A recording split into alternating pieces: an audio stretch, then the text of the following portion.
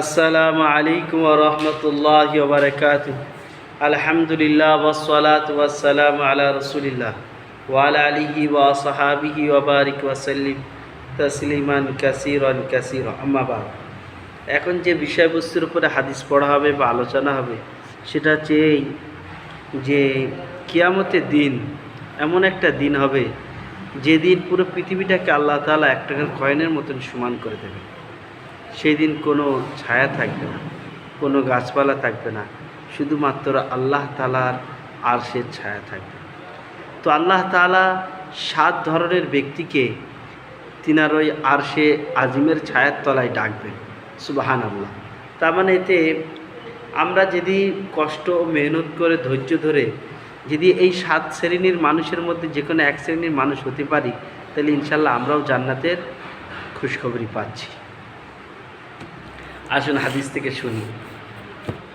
আন আবি হুরায়রা রাদিয়াল্লাহু তাআলা আনহু قال قال رسول الله صلى الله عليه وسلم سبعة يظلهم الله في ظله يوم لا ظل إلا ظله إمام عادل شاب نشأ في عبادة الله رجل قلبه معلق بالمسجد إذا خرج منه حتى يعود إليه ورجلان تحابا في الله اجتماعا عليه وتفرق عليه ورجل ذكر الله خاليا ففازت عينه ورجل دعته امرأة ذات حسب وجمال فقال إني أخاف الله ورجل تصدق بصدقة فأخفاها حتى لا تعلم شماله ما تنفق يمينه রাহুল বুখারী ও মুসলিম। যে হাদিসটা পেশ করা হলে এটা বুখারী ও মুসলিম শরীফের হাদিস। হযরত আবু হুরায়রা রাদিয়াল্লাহু তাআলা আনহু বর্ণনা করছেন যে রাসূল করিম সাল্লাল্লাহু আলাইহি ওয়াসাল্লাম বলেছেন যে যেদিন কোনো ছায়া থাকবে না, আল্লাহ তাআলা সেদিনকে তিনার আরশের ছায়া, মানে কিয়ামতের দিন আল্লাহ তাআলার আরশের ছায়া ছাড়া আর কোনো ছায়া থাকবে না, পুরো পৃথিবী একটা কয়েনের মতন সমান। আল্লাহ তাআলা বলছেন ওই দিন যে আল্লাহ তাআলা আরশের ছায়া থাকবে, এই 7 শ্রেণীর মানুষকে আল্লাহ তাআলা তিনার ওই আরশের ছায়ায় জায়গা দেবেন। নাম্বার 1, ইমামুন আদিলুন, ওই বাদশাহ যে ন্যায়পরায়ণ বাদশাহ, যেরকম আমাদের ভারতবর্ষের ইতিহাসে আমরা শুনেছি যে আওরঙ্গজেব গিয়েছেন, হযরত ওমর ইবনে আব্দুল আজিজ, খোলাফায়ে রাশিদিনরা যেরকমভাবে কাটিয়েছেন, দেশ চালিয়েছেন। ওই শাব্বুন নাশা ফি ইবাদাতিল্লাহ, আর ওই জওয়ান নিজের জওয়ানি আল্লাহ তাআলা ইবাদতে কাটিয়েছেন।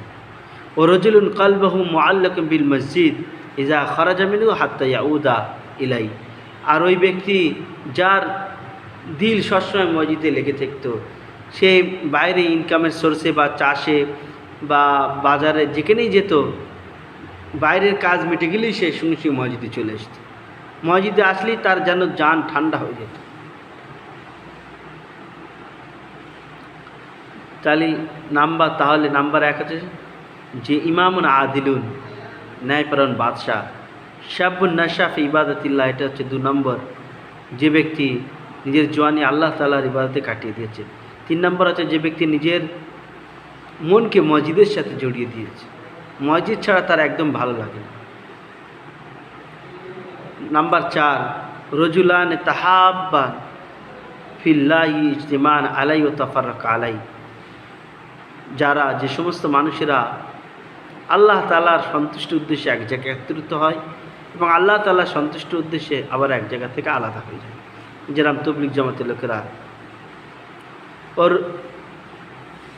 নাম্বার 5, রজুলুন যাকারাল্লাহ খালিয়ান ফাফাজাত আইনাহু,